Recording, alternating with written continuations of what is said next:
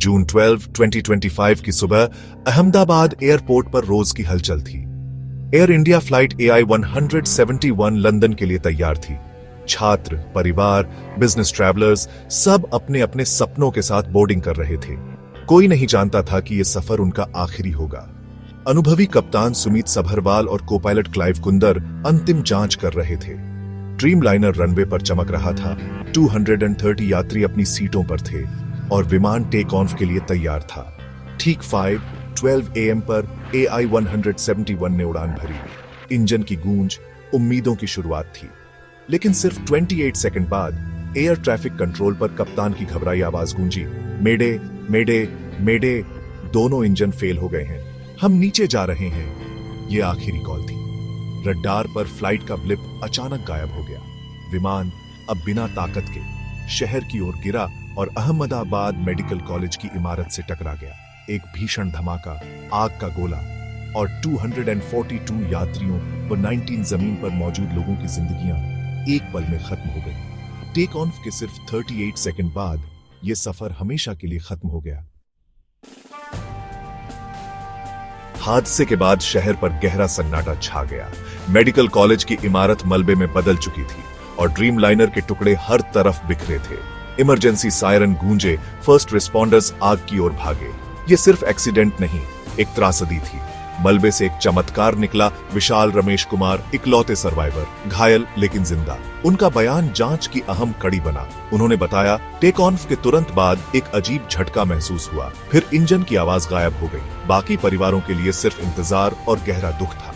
पीड़ितों की पहचान मुश्किल थी। फॉरेंसिक टीमें DNA से पहचान में जुटी। एयरपोर्ट शोक का केंद्र बन गया। विशाल की कहानी उम्मीद और दर्द दोनों की मिसाल बन गई।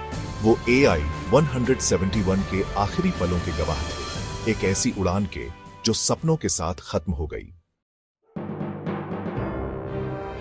हादसे के बाद सबसे बड़ा सवाल था, क्यों? एक आधुनिक ड्रीमलाइनर अचानक कैसे गिर गया? AIB की टीम ने मलबे से ब्लैक बॉक्स ढूंढना शुरू किया। 13 जून को फ्लाइट डेटा रिकॉर्डर और 16 जून को कॉकपिट वॉइस रिकॉर्डर मिल गया। दोनों रिकॉर्डर दिल्ली की लैब भेजे गए। पूरे देश की निगाहें उन पर थीं। डिकोडिंग में सामने आया, पायलट्स की बात सही थी, दोनों इंजन एक साथ फेल हुए। सबसे चौंकाने वाली बात, इंजन फेल होने से पहले कोई अलार्म, कोई चेतावनी नहीं मिली। सिस्टम पूरी तरह चुप था। दोनों इंजन एक साथ क्यों बंद हुए? मॉनिटरिंग सिस्टम ने अलर्ट क्यों नहीं दिया? ब्लैक बॉक्स ने जवाब कम, सवाल ज्यादा दिए। हादसे की वजह अब और रहस्यमयी हो गई थी। ब्लैक बॉक्स के डेटा ने एविएशन कम्युनिटी को चौंका दिया। ड्रीमलाइनर जैसे विमान में ड्यूल इंजन फेलियर लगभग नामुमकिन है। दोनों इंजन का एक साथ बिना अलार्म के बंद हो जाना साधारण तकनीकी खराबी से परे था। जांच अब साजिश की ओर मुड़ गई। क्या यह जानबूझकर किया गया था? नागरिक उड्डयन मंत्री ने साजिश को जांच की मुख्य लाइन घोषित किया। अब यह सिर्फ तकनीकी नहीं, आपराधिक जांच बन गई। हर पहलू, टेक्निकल और इंसानी, जांच के दायरे में आ गया। सर्वाइवर के बयान को भी नए सिरे से देखा गया। अब हर शख्स, हर प्रक्रिया, हर मिनट की जांच हो रही थी, कहीं कोई सुराग छूट न जाए। साजिश की आशंका के बाद जांच एयरपोर्ट की पूरी ऑपरेशनल चेन तक फैल गई। हर उस शख्स की जांच हुई जिसे विमान तक पहुंच मिली थी। Ground staff, baggage handler, catering, refuelling, maintenance.